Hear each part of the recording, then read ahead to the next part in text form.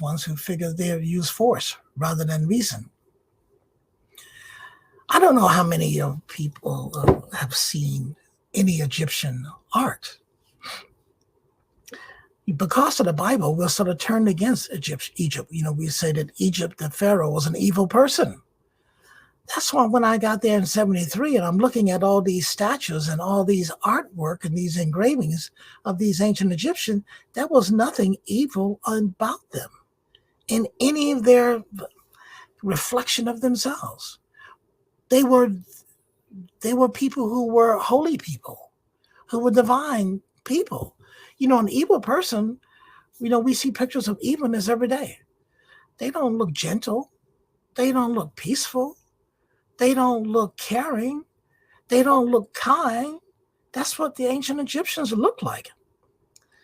And then the other thing that's very interesting about ancient Egyptian sculpture, painting, statuary, is that the ancient Egyptian person, when you see them, they have a level of comfortability with themselves that is just remarkable. It's some level of comfortability that we in our culture have no idea. It's beyond our imagination how that could be. Look at it. Forget about anything, what you're supposed to be seeing. Just look at it. And if you're looking at a picture of another person, you know when somebody's looking upset, somebody's looking disturbed, and when somebody's looking peaceful. Any piece of art of ancient Egyptian, the people are very peaceful. They're very kind. They're not perturbed. They're not upset. They're in step with life. They're in step with nature. They're in step with time. And they respect those things, and they acknowledge those things. But after you look at the Egyptian statuaries and art and stuff, I want you to do something else as a little exercise.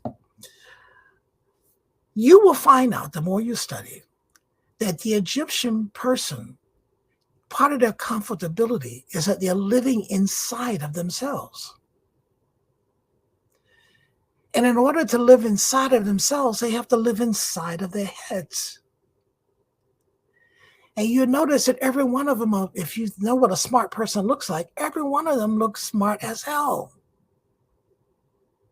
Now, look at the people who conquered them, who took over, the Greeks. Look what the Greeks look like and the Romans look like. Instead of people who are living inside their head, they live inside their flesh. One is right up on you in flesh. The other one is way here. A big, big difference in people. Culture produces a certain kind of human.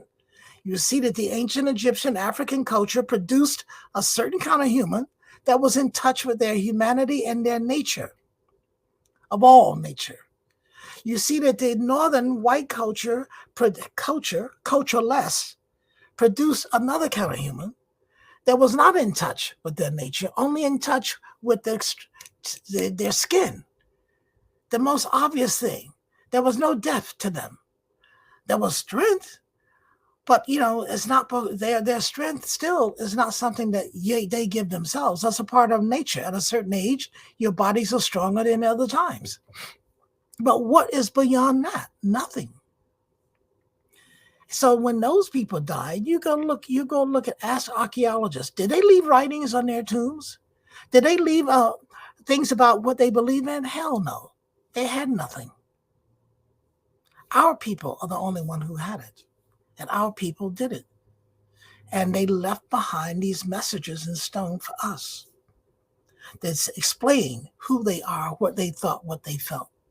Because they realized that then they believed that that was the correct way to be in touch with what the body of God, which is nature, and the correct way to pathway as we go through this bridge that we call life.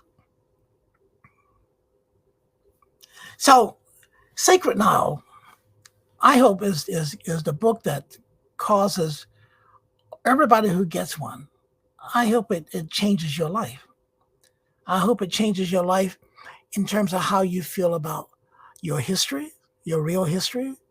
Change your life, how you feel about yourself, your self-worth, your sacredness, and change your life and about how you feel about each other, and then change your life about how you then start analyzing how the hell do all of us get out of this quagmire, this trap that has been set for us by the people who came to us with a white God that does not deliver, whose job in the first place was to oppress. And pray and how we free everybody else from this prison that we've all locked into. That we could take off the chains if we knew that the chains were on us, because the chains only get stronger uh, if we relent, and they get weaker if we push back. But we don't know why we should push back. We don't know what we should push back to. Sacred Now will hopefully will clarify a lot of those issues for people. Wow, wow, that's very inspiring. I'm gonna definitely have to check that out. Thank you so much for even going into that much detail about the book. I definitely look forward to the imagery that you have in the book. You've been doing this for decades, like you say, 50 years worth of, experience and traveling back and forth and doing research. You pretty much answer every question I have. I guess my last question is, just doing this for so long. You said you met Haile Selassie, but what other famous people have you had the opportunity to take pictures of or interact with along the way? Well, I'm reluctant to say. I mean, I photographed Sadat, Gaddafi, Arafat, Mandela, Senghor, um, uh, a lot of people. But, I'm not really interested in famous people because we're all a part of a cog. I think that's a paradigm that doesn't interest me. We're all human. We're all somebody's child. We're all some mother's child. Some people, they apply themselves and they get skills and they raise to a level to do a lot of things, and that's good. And I'm glad that they're there. I'm proud that I'm living in a time to experience them and watch them and learn from them and grow from them.